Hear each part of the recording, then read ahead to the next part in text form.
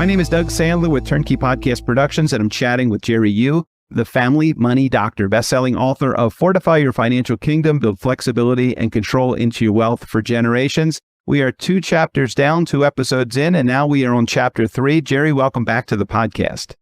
Hi, Doug. It's great to talk to you again. So today we're going to be chatting and discussing chapter 3 in your book called Maximum Control and Minimum Taxes. Now, that sounds like a very interesting and promising title to this particular chapter. When retirement occurs and you start receiving Social Security, do you still have to pay taxes, Jerry? Well, unless you love IRS so much that you wanted to pay more than your share of taxes.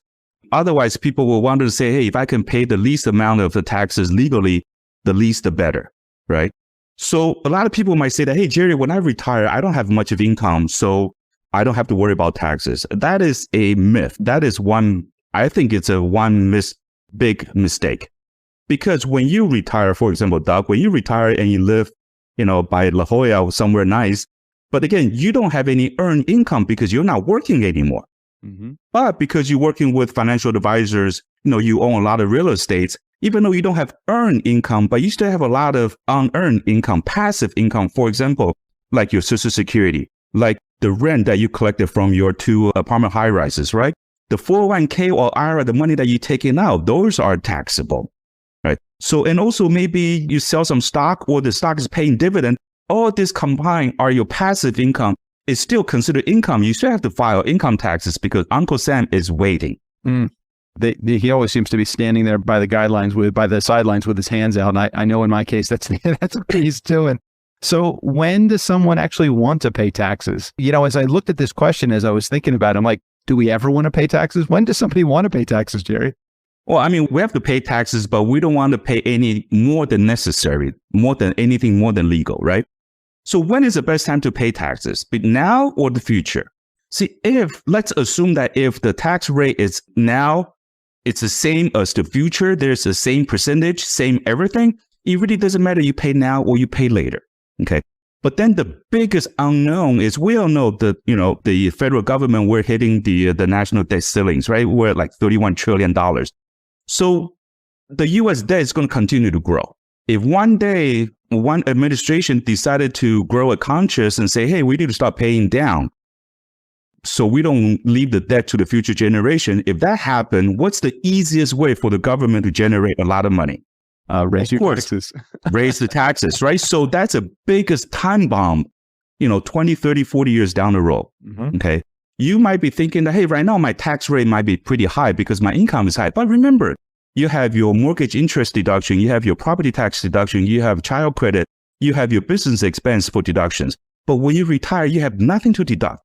And at that time, what if the tax rate rise to a unreasonable amount? But then if that's the situation, if you think that's going to happen, you should pay the tax now and take care of it. But if you think that the tax rate in the future is going to be the same as today, will be lower, which 99.999% of people might think that's not the case. But if you think it's going to be lower, you should pay the tax later. So since we don't have a crystal ball, how would you advise someone that is coming up with that question? When do I want to pay my taxes? Well, because I think that the paying taxes, take care of it right now because you're still under your control, because you don't want to leave your future to the government or to the unknown, right? Because God knows what's going to happen 30, 40 years from now, what the U.S. economy is going to be, what the tax rate is going to be. So right now, if I can take care of it by taking care of it now, all the future growth and future income is not taxable. Wouldn't that be great?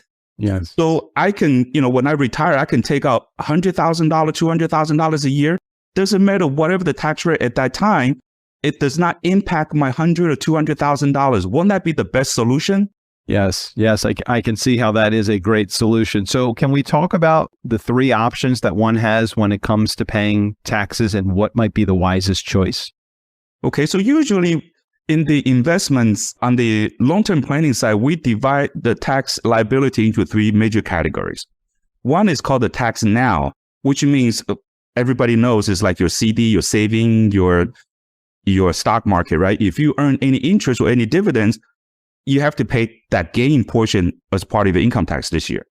And tax later, that means I don't have to pay taxes on the growth. And right now, for example, like the 401k, like the SEP IRA, like the IRA, whatever, those type of retirement plan.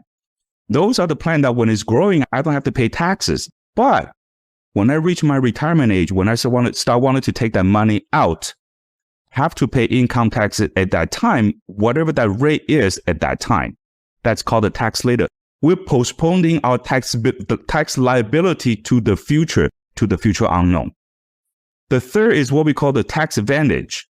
Those are what everybody familiar with are the Roth IRA, municipal bond, college saving plan, or long-term care insurance, or permanent life insurance. Those are type of plan that I pay the tax now, but in the future when it's growing, when I want to take it as a retirement supplement, the U.S. taxes has nothing to do with it. It's not impacted by future taxes. So those are the three major categories. And of course, you want to put your money in three. Each category has its benefit, but it has a shortfall. So it's best to have your money in all three categories. Wow, I understand. Now, we do talk a lot about tax liability. We don't spend much time when we talk to advisors talking about the things like compound interest. So can we talk for just a moment about compound interest and how to get that to work in your favor? I think it's always working in your favor. It's just a matter of whether you're taking advantage of it. So talk for a moment about compound interest. Well, everybody, for you to work for money is hard, but for money to make money, it's a lot easier.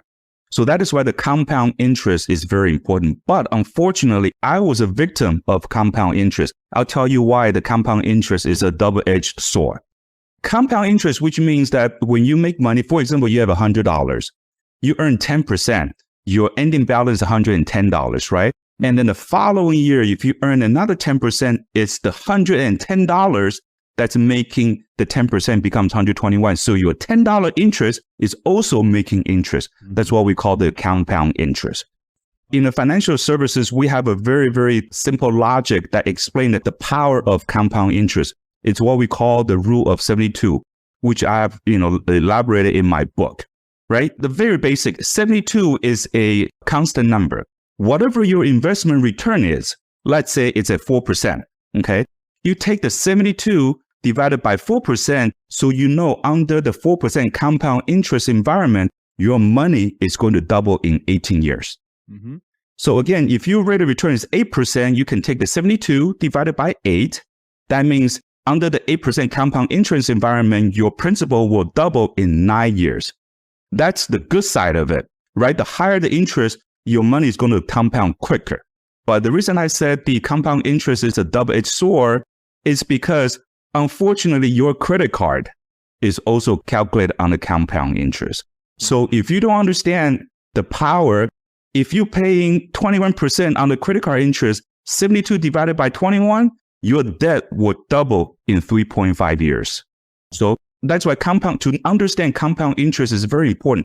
Unfortunately, we do not teach that in school, right? I had to learn the hard way. When I graduated from school, I still have all these credit cards, and then my debt just ballooned. I share my personal story in my book. So you really have to understand how the compound interest works, the power of it, and you want to teach your kids and your grandkids how to use this sword to your advantage and not be the victim of this mighty sword. If you want to get more information about Jerry's story, especially about this compound interest, head over to chapter 3 in his book. Jerry, next episode, we're going to be talking about life insurance. Does it make more sense than you think, or does it make as much sense as you think? I'm looking forward to talking about that. Thanks, Jerry, for sharing your wisdom today. Thank you, Doug. I'll see you next time. For more information and to get a copy of Jerry's book, Fortify Your Financial Kingdom, build flexibility and control into your wealth for generations, just head over to rainfinancialservices.us or check the link in the show notes. Thanks again for tuning in today.